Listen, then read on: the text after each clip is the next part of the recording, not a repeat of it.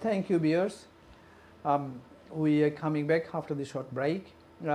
We discussed about the various diseases. Now I want to know about the difference between pneumonia and typhoid, and what we could do. কিভাবে আমরা pneumonia হলে কি করতে হবে এবং typhoid হলে কি করতে হবে। ধন্যবাদ। দুটো ইম্পর্টেন্ট। অনেক সময় পচা পানি আবর্জনা পানি বা বিভিন্ন ধরনের খাওয়ার পরে যেটা টাইফয়েড হয়ে যায়, টাইফয়েড হলে প্রচণ্ড জ্বর বাড়তে থাকে। জ্বর 3 সপ্তাহ প্রতি সময় জ্বর বাড়তেই থাকবে। জ্বরের মাঝে মাঝে কমবে, মাঝে মাঝে বাড়বে, মাঝে মাঝে কমবে এবং প্রচণ্ড জ্বর থাকবে। বোঝা যায় জ্বর আছে এবং এটা টাইফয়েডের লক্ষণ না হতে পারে, এমনি তো জ্বর থাকতে পারে। কিন্তু নিউমোনিয়ার জ্বরটা খুবই খারাপ। কম জ্বর থাকে, একটা রোগীর শিশু যদি হয়, বয়স্ক হয়, সে মাথা ফালাইয়ে দেয়। টাইফয়েডের রোগী প্রচণ্ড জ্বরে হাঁটতে থাকে পাগলের মতো, কিন্তু নিউমোনিয়া রোগী মাথা ফালাইয়ে দেয় এবং জ্বর খুব কম থাকে, বোঝা যায় উনি সুস্থ আছেন। এটা খুবই খারাপ এবং অনেক সময় নিউমোনিয়া রোগীর মারা যায়, ঝুঁকিপূর্ণ অবস্থা। কিন্তু টাইফয়েড রোগী 3 সপ্তাহ জ্বর কন্টিনিউ হতে থাকবে, শেষ পর্যন্ত রোগী বিকলাঙ্গ হয়ে যেতে পারে, ব্রেনের প্রবলেম হইতে পারে, হাত পা বস হয়ে যেতে পারে, যে কোনো একটা সাইড বিকলাঙ্গ হয়ে যেতে পারে যদি উপযুক্ত চিকিৎসা তাড়াতাড়ি না দেওয়া হয়। আর চিকিৎসা দিলে বিকলাঙ্গ হওয়ার কোনো ডর নাই, টাইফয়েডও কমবে। এখন টাইফয়েড না নিউমোনিয়া এটা বুঝতে হবে। বোঝার মতো এই কিছু কিছু স্বাস্থ্য বিষয়ে সচেতনতা খুব ইম্পর্টেন্ট। আবার শ্বাসকষ্ট আছে কিনা, শ্বাসকষ্ট আছে না, বুকে গ্যার গ্যার করতেছে কিনা, শ্বাস জমছে কিনা, এগুলো বোঝা উচিত এবং তাড়াতাড়ি চিকিৎসকের শরণাপন্ন হওয়া উচিত, হসপিটালে যাওয়া উচিত। অনেকে মনে করেন, এই জন্য আমার কিছু নেগেটিভ দেখছি যে হসপিটালে 4 ঘন্টা বসে রাখে। আরে বসে রাখলেও আমরা যাওয়া উচিত। আপনি ঘরে বসিয়া আপনি ঝুঁকিপূর্ণ অবস্থা না থেকে হসপিটালে গিয়ে 6 ঘন্টা বসে ভালো। এবং আসলে ইচ্ছা করে বসানো হয় না, অবজারভেশনের জন্য বসে রাখা হয়। প্রথম রোগীকে দেখা হয়, ছোটো শিশু হোক আর বয়স্ক হোক, তারপরে হয়তো একটা ওষুধ খাওয়াইছে, দেখছে, প্রেশার দেখছে, তারপরে পেশাব পরীক্ষা হচ্ছে, ব্লাড প্রেশার পরীক্ষা। এই কারণে হয়তো কয়েক ঘন্টা সময় লাগে এবং কয়েক ঘন্টা সময় মেনে নেওয়া উচিত। এখানে আবার হসপিটালে যাব না, গেলে আবার বসে রাখে, এটা এইসব জিনিস নেগেটিভ প্রচার। আমরা তো ঘন্টার পর ঘন্টা ঘরে বসে টেলিভিশন দেখি, চায়ের দোকানে, বিভিন্ন জায়গায়, কফি হাউসে আড্ডা দেই, বিভিন্ন আড্ডা দেই, সময় নষ্ট করি। কিন্তু আপনার যেখানে জীবন যখন ঝুঁকি থ্রেট, সেখানে আপনি হসপিটালে যাওয়া উচিত, নিরাপদ জায়গা। এবং 1 ঘন্টা, 2 ঘন্টা, 6 ঘন্টা, 12 ঘন্টা হইলে অসুবিধা নেই। এখানে তো 3 ঘন্টা দেখে, আমাদের দেশে অন্য বিভিন্ন অঞ্চলে সেখানে তো 3 দিনও দেখে না। তো আপনি তো 3 ঘন্টা অসুবিধা কী আছে? ডাক্তার তো অভাব, শর্টেজ আছে ডাক্তারের।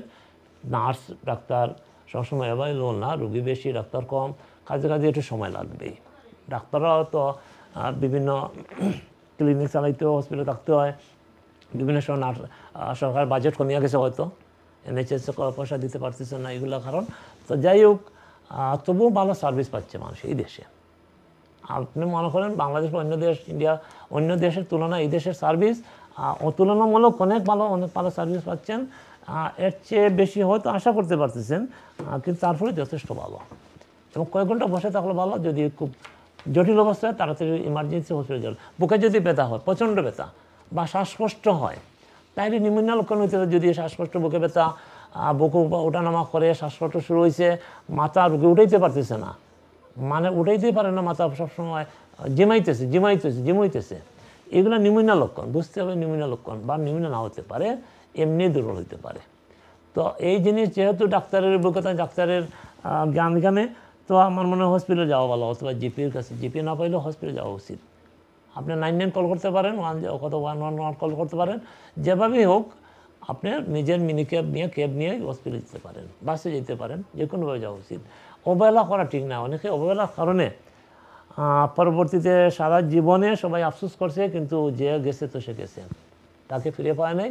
বাকিরা কষ্ট করছে, দুঃখ করছে, এবং শেষ পর্যন্ত আমরা নিয়তির কাছে হার মানছি, অথবা আল্লাহর হুকুম ইত্যাদি বলে আমরা সান্ত্বনার চেষ্টা করি, কিন্তু অপরিণীয় ক্ষতি যা হওয়ার হয়ে যায়।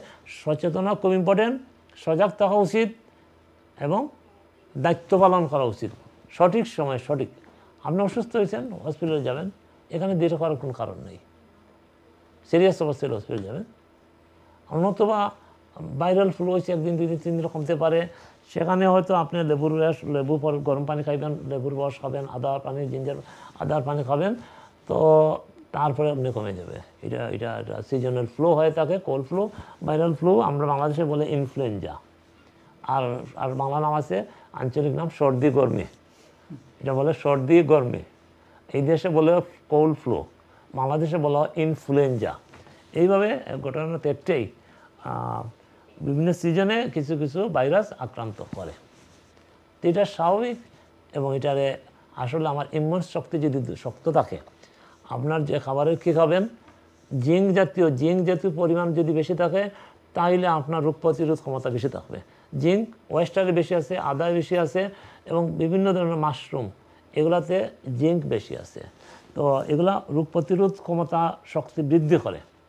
তো এগুলো আমরা খেতে হবে। বিভিন্ন ভেজিটেবল, বিভিন্ন ধরনের ডাল, বিভিন্ন ধরনের এই নাটগুলো খেতে হবে, বাদাম জাতীয় নাটগুলো খেতে হবে। তো এগুলো খাওয়া উচিত। আসলে আমরা সবসময় এত বড় মাছ অথবা চিকেন, বেবি চিকেন ইত্যাদি ইত্যাদি নির্ভরশীল, এত বেশি পরিমাণে চিকেন খাওয়া হয়, সেটা কমাতে হবে। আসলে অনেকে মনে করেন চিকেন তো ভালো, নিরাপদ না, মোটেই নিরাপদ না। কোনো একটা জিনিস বেশি খাওয়া ঠিক না। খাবারের রুচি পরিবর্তন করা উচিত। আর সুষম খাবার, সব ধরনের খাবার খাওয়া উচিত। সবসময় মাংস, সবসময় বাড়ির মাংস খাওয়া ঠিক না, এগুলোর পরিমাণ কমাতে হবে। সবসময় বড় মাছ খাওয়া ঠিক নয়, ছোটো মাছ, ভালো মাছ, এই দেশের সামুদ্রিক মাছ, এগুলো খাওয়া উচিত। এবং বিশেষ করে ডালগুলো খেলে নিরাপদ। বিভিন্ন ধরনের ডাল, মুগ ডাল, মুসুরি ডাল, তারপরে যে কি মাসকলাই ডাল, তারপরে আরও বিভিন্ন ধরনের চানার ডাল, মটর ডাল, এইগুলো খাওয়া যেতে পারে। আবার আছে সয়াবিন গোটা আছে, মাংসের মতো লাগে সয়াবিনের গোটা, এটা কিন্তু এটা ভেজিটেবল, খাইতে মাংসের মতো লাগে, সয়াবিন গোটা খেতে পারেন। তো অনেক ধরনের খাবার আছে।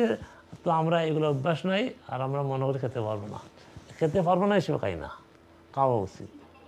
আপনি প্রচুর পানি খাবেন। এই পানি মজা লাগে না মজা নাই এটা কোনো বিষয় না। আপনাকে পানি খেতে হবে কমপক্ষে 2 লিটার 3 লিটার পানি খেতে হবে। তো এইগুলো আমাদের আপনার আবার যে আমরা বেশি করি। আমাদের একটা কল আছে। Thank you. Hello callers, hello caller, hello, আসসালামু আলাইকুম।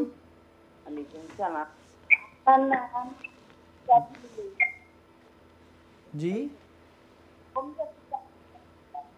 আমি টেলিভিশনের আপনার টেলিভিশন একটু দূর থেকে আপনি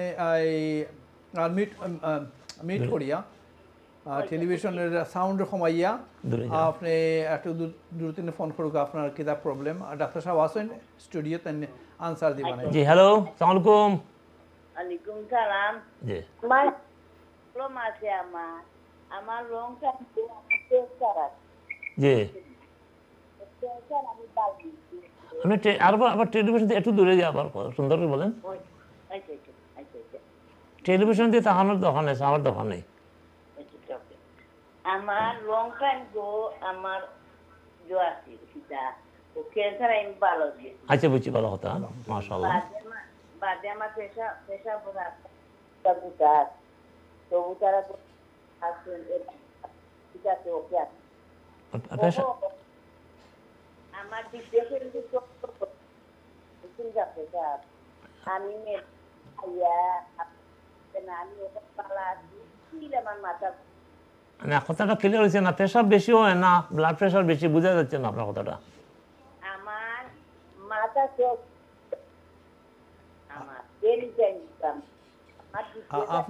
আপনার টেলিফোন বাঙ্গার আপনি সুন্দর করিয়া যে একটু দাঁড়ো যে টেলিফোন করুকা ডাক্তার সাহেব ফোনরা হোক, আবার হোক আস্তে আস্তে। আমার 14 বছর আমি মারা খাইছি, 14 বছর আমার ডিপ্রেশন আছে। জি, যে বুঝছি ডিপ্রেশন আছে, বুঝছি জয়। জি, ওখানে আমি ওকে আছি, বুঝছি, পালা আছে, নমাজ পড়ি আমি, বুঝছি। স্টিল আমার মাথা ঘুরায়, মাথা ধরা থাকে, বুঝছি, আপনার মাথা ধরা থাকে। জি, মাথা ধরা থাকে। আপনার ঘুম যদি ভালো হয় তো মাথা ধরা কমে যাব। আপনি ঘুমাইতে হইব বেশি করি, পানি খাইতে হইব বেশি করি, আর কিছু আটাআটি ব্যায়াম করতে হইব, আর কিছু মেডিটেশন করলে ভালো হয়। মেডিটেশন আপনার যদি মনে করেন যে হোমিওপ্যাথিক ডাক্তারে কিছু হেল্প করতে পারবা, আপনার এই টেলিভিশনের কোনো দাঁত আছে, টেলিফোন নাম্বার আছে একটা, ওটা তো আপনার যোগাযোগ করে টেলিফোন করিয়া আপনি হোমিওপ্যাথি ডাক্তারের কাছে নিয়ে আপনার হেল্প নিতে পারবো। অনুষ্ঠান পরে আলাপ করতে পারবো। ও নম্বরে নি? জি জি, ও নাম্বারে ডান দিকে রাখবেন, ডান দিকে। এই নাম্বারটা ডাইন দিকে আছে, আপনার টেলিভিশন নাম্বার ডাইন দিকে। কি নাম্বার নাম্বার 2 টাইম ডান দিকে কই দিব। ডাইন দিকে আপনার টেলিভিশন, আপনার যখন দেখবা ডাইন দিকে আপনার এই টেলিভিশন নাম্বার আছে, আর ওই নাম্বারে আপনার টেলিফোন করলে আমরা অনুষ্ঠান বাদে এই আলাপ করতে পারলাম। আর একটা দিকে আপনারে যে হোকা যে পা দোকান খুলে যায়। হাত ফুলি যায় আপনার, জি বুঝছে? আমি কত সময় উপায়, আমি তো কিছু রান্না লাগে আর বুঝছে।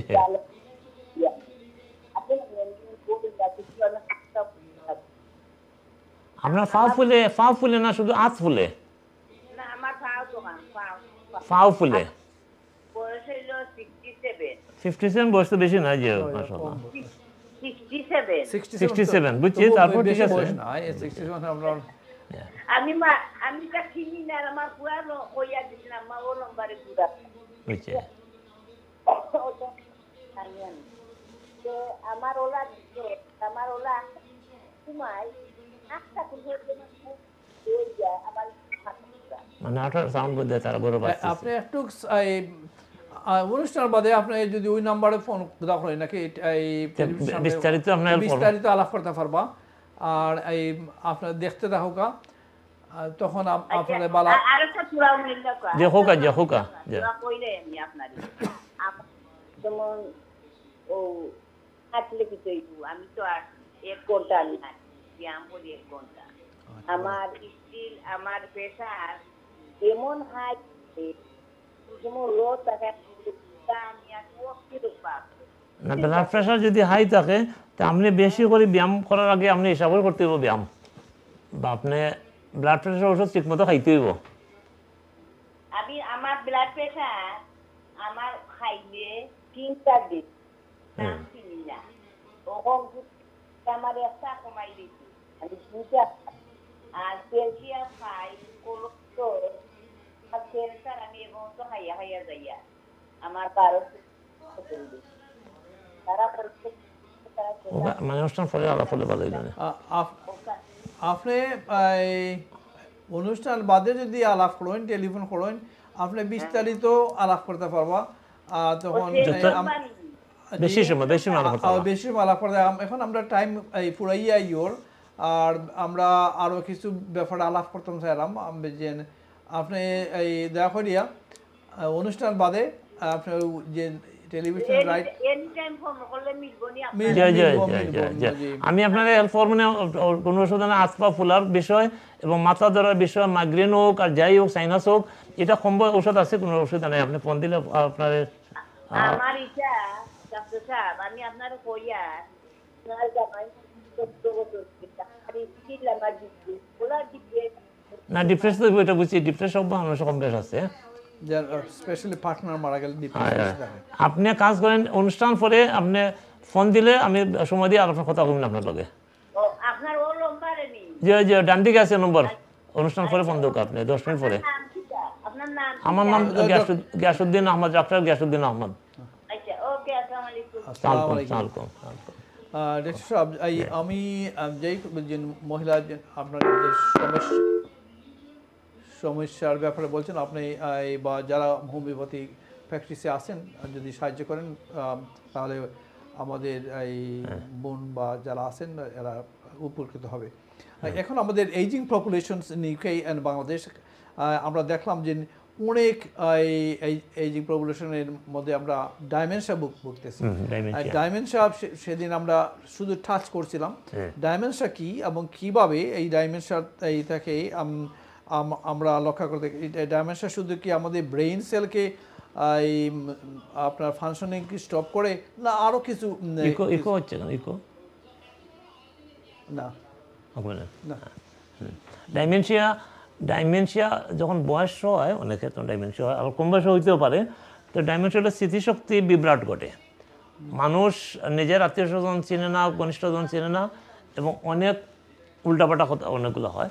তো হোমিওপ্যাথি ওষুধে ভালো কাজ করে। ডাইমেনশিয়া যে তার যে ব্রেইনে কাজ করে না, সেখানে আর ভালো কাজ করবে। এটা যে হোমিওপ্যাথি ওষুধই ভালো। ওষুধটাই নিরাপদ ডাইমেনশিয়ার জন্য। তো আমার মনে হয় যদি ডাইমেনশিয়া এই জাতীয় রোগী আপনার নিকটাত্মীয় বয়স্ক লোক যদি ভোগেন, তাহলে হোমিওপ্যাথি ওষুধ সেবন করলে বেশ কিছুদিন অনেক উপকার হবে, অনেক উপকার হবে। আশা, আমাদের জীবনের তো আশাই সবচেয়ে ভরসা। এই আশাটা যদি আমরা ছাড়িয়ে দিই, আমাদের স্বপ্ন, আমাদের আশা, আমাদের ভরসা, তাইলে আমরা তো জীবিত অবস্থায় আমাদের মৃত্যু হলো। তো কাজেই আমরা মানুষ শেষ মুহূর্ত পর্যন্ত আশা ছাড়ে না। এটি হলো আমাদের প্রধান অন্যতম শক্তি, আমাদের যে বৈশিষ্ট্য। মানুষ আশাহীন নয়, মানুষ আশা নিয়ে বেঁচে থাকতে চায়। কাজেই আপনার ডাইমেনশিয়া হোক, যাই হোক, যে কোনো সমস্যা হোক, যত ধরনের হোক, যত ধরনের রোগব্যাধি হোক, কষ্ট হোক, ঔষধ আছে, অনেক ওষুধ আছে। আর বাকি ওষুধ আবিষ্কার হবে, আরো সময় আরো ওষুধ আবিষ্কার। তাহলে হোমিওপ্যাথিক ডাইমেনশিয়ার ব্যাপারে অনেক ভালো কার্যকর, অনেক ভালো কাজ, অনেক ভালো কাজ করে ডাইমেনশিয়ার জন্য, অনেক ভালো কাজ করে। কিন্তু সমস্যা হচ্ছে আমরা গুরুত্ব দেই না ভালো করে। এই জায়গাটাই সমস্যা। আমি ব্যর্থ কণ্ঠে বলতে চাই, আমরা এই জায়গাতে গুরুত্ব দেই না, সেখানেই আমাদের সমস্যা। আমাদের কিছু ওইটার বিঘট হোক, যাই বলি না কেন, বা আমাদের নেগেটিভ একটা প্রচারণা আছে যে আমরা সেদিকে যাইতে চাই না। এই দেশে ছেলেমেয়ে আছে, ইয়ং ছেলেমেয়ে যারা আছে, মা বাবা ওষুধ খাইতেছে হোমিওপ্যাথি, ছেলেমেয়ে করবো না আম্মা আব্বা এটা খাই লাভ নেই, তারা সরাইয়ে দেয়। আমার এক রুগী, আমি নাম বললাম, আমার রুগী অনেক আগে আমার আসছিলেন, উনি গলায় গোটা ছিল, উনি শুনলে তো ভালো, গলায় গোটা ছিল। তো ওষুধ খাইতে খাইতে গোটা কমে গেছে। ওনার মেয়ে অ্যাপয়েন্টমেন্ট করছে হসপিটাল। তো হসপিটালের টাইম 3 মাস পরে দিয়েছে, 6 মাস পরে, এর ভিতরে গোটা সব কমে গেছে। উনি অপারেশন থিয়েটারে নিছে, নিয়া ওখান তো গোটা পায় না, অপারেশন করবো কোনটা? মেয়ে কইতেছে তুমি অপারেশন করো, ডাক্তার গোটাই তো নাই, অপারেশন করবো কোনটা? মেয়ে কইতেছে অপারেশন করো আমার মার। তো ডাক্তার আমি কোনটা, মায়ের গলা কাটবো নাকি, গোটা তো নাই। তো উনি আমার কাছে পরে এসে গল্প কইছে, ডাক্তার সাহেব এই দেশের ছেলেমেয়ের বোঝানো যায় না, তারা কয় আম্মা হসপিটালে গিয়ে অপারেশন করতেই হবে। তো ডাক্তার কইতেছে তোমার আম্মার গলা কাটবো নাকি, গোটা তো নাই, অ্যাবসেস এটা নাই, এই টিউমারটা নাই। এইটা হোমিওপ্যাথি ওষুধ খাইতে তো কমিয়া গেছে। আর হসপিটাল অ্যাপয়েন্টমেন্ট পাইতে অপারেশন প্রায় 6 মাস গেছে। 6 মাস পরে ডাক্তার তো গোটা পায় না। আমরা কুইকলি, আর আমাদের এই time probably near to end. Okay, আমরা আরেকটা এজিং পপুলেশনের মধ্যে আমরা দেখতে পাচ্ছি যে পার্কিনসন ডিজিজ। আর এটা পার্কিনসন ডিজিজটা কি এটার সিমটম, কিভাবে আমাদের এজিং পপুলেশনের যারা এফেক্টেড হচ্ছে তাদের কিভাবে ক্ষতি হয়, এবং হোমিওপ্যাথিক কি এটার কোনো ঔষধ আছে কিনা পার্কিনসন ডিজিজের? প্রথম পার্কিনসন কিনা এটা একটা কমন কথা। হাত পা কাঁপলেই যে পার্কিনসন হবে এটা কথা নয়। তাহলে আমরা বুঝতেই পারবো, হাত পা কাঁপে, পার্কিনসন হোক না হোক, হাত পাও তো কাঁপে। এটা তো অবশ্যই নার্ভ গঠিত সমস্যা, একটা উইকনেস আছে বলেই তো হাত পাও কাঁপে। তো আমরা পার্কিনসন শনাক্তর আগেও ওষুধ খেতে পারি, পার্কিনসন শনাক্ত হওয়ার পরেও হোমিওপ্যাথি ওষুধ খেতে পারি। এবং যখন শুরু হয়, তা আপনি পার্কিনসন শনাক্ত করতে হতে 3 মাস সময় গেল, 6 মাস গেল, 9 মাস গেল, এটা তো বাড়িয়ে গেল। তা আমার মনে হয় প্রথমে যদি হাত পা কাঁপা ধরে, এই সময়তে হোমিওপ্যাথি শুরু করলে আমরা তাড়াতাড়ি এটা পার্কিনসন হোক অথবা না হোক, নার্ভ গঠিত যে কোনো সমস্যা হইতে পারে, যে কোনো সমস্যা আপনার একটু কী বলে, এটা একটু নার্ভ উইক হয়েছে, তো নার্ভটা স্ট্রং করতে হবে। এটা হোমিওপ্যাথি ওষুধ দরকার, কিছু মেডিটেশন দরকার, কিছু হালকা ব্যায়াম দরকার, কিছু রিল্যাক্স থাকা দরকার, এবং আমাদের খাদ্যাভ্যাস যেগুলো আমরা খাওয়ার উল্টাপাল্টা অভ্যাস আছে, এগুলো ত্যাগ করতে হবে। আর যেগুলো আমরা না খাই, এগুলো খাওয়ার অভ্যাস করতে দেবো, যেটা আমরা খাওয়ার দরকার। যেমন আমরা ফ্রুট খাই না, ফ্রুট, ভেজিটেবল, ডাল, বাদাম জাতীয় জিনিস, এগুলো অনেক জিনিস আমরা না খাওয়ার অভ্যাস, এগুলো খাওয়ার তালিকা আনতে হবে। আর ডাল শুধু মসুরি ডাল খাওয়া হয় না, মসুরি ডাল, মাসকলাই ডাল, মুগ ডাল, চানার ডাল, মটর ডাল, বিভিন্ন ডাল আছে, সুস্বাদু ডাল। তো এগুলাতে ভালো জিনিস, সস্তা, প্যাকেট সস্তা, 2 পাউন্ড 1 পাউন্ডে পাওয়া যায়। এইটা না খাই আমরা সবসময় বড় একটা মাছ, কীভাবে একটা ফ্রিজের মাছ, সেটা 6 মাস বয়স না 9 মাস না 1.5 বছর হয়েছে, খেয়ে খাওয়া জানে, কোনোটার মাঝে সুস্বাদু, কোনোটার মাঝে কী আর বলবো, যাই কতগুলো আছে, তো আমরা খাইতেছি বাজার টাজা করিয়া, তৈল দিয়া, বেশি মশলা টশলা দিয়া, এইটাই আর কি। এইটা আমাদের খাদ্য তাহলে ঢুকিয়ে গেছে, অভ্যাস হয়ে গেছে। আমার মনে হয় এখানে সাশ্রয়ী হতে হবে, আমাদের বাজেট অনুযায়ী আমাদের জীবনের যে খরচ, আমার বাজেট যদি খরচ, ইনকাম কম হয়, খরচ কমাতে হবে, এটা কমানো উচিত। অথচ কম খরচে আপনি সুস্থ থাকতে পারবেন, এবং এই পয়সাটা যদি আপনি এই দেশে ছেলেমেয়ের পড়াশোনার খাতে অথবা বাংলাদেশে আপনার নিকটাত্মীয় বিপদে পড়ে তাকে আপনি দান করতে পারবেন, এটা করা যায়। তো অনর্থ আমরা অনেক পয়সা খরচ করি, বড় বড় মাছ খাওয়ার একটা অভ্যাস হয়েছে, প্রতিদিন মুরগ, প্রতিদিন বেটির মাংস, প্রতিদিন গরুর মাংস, এগুলা অনেক বেশি খাওয়া ঠিক না। এখানে আপনি মিতব্যয়ী হতে হবে, শাস্ত্রীয় হতে হবে এবং কম খাওয়ার। কি বলা হয় যে পেটের 1 ভাগ হবে খাদ্য, 1 ভাগ পানি, 1 ভাগ থাকবে খালি। এটা আমাদের নবীজির সুন্নত। এইভাবে হুজুরা বলে থাকেন যে পেটে যদি 1 ভাগ খালি থাকে, 1 ভাগ পানি থাকে, 1 ভাগ খাবার থাকে, তাইলে উনি সুস্থ থাকবেন, বেশি দিন বাঁচবেন। ধন্যবাদ।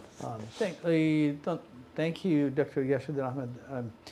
আমি তো এই জার্নাল দেখলাম যে এই সিমটম স্পিচ অনেক সময় তাদের এই মুখের বলাগুলা চেঞ্জ হয়ে যায়, shaking not only hand also fingers.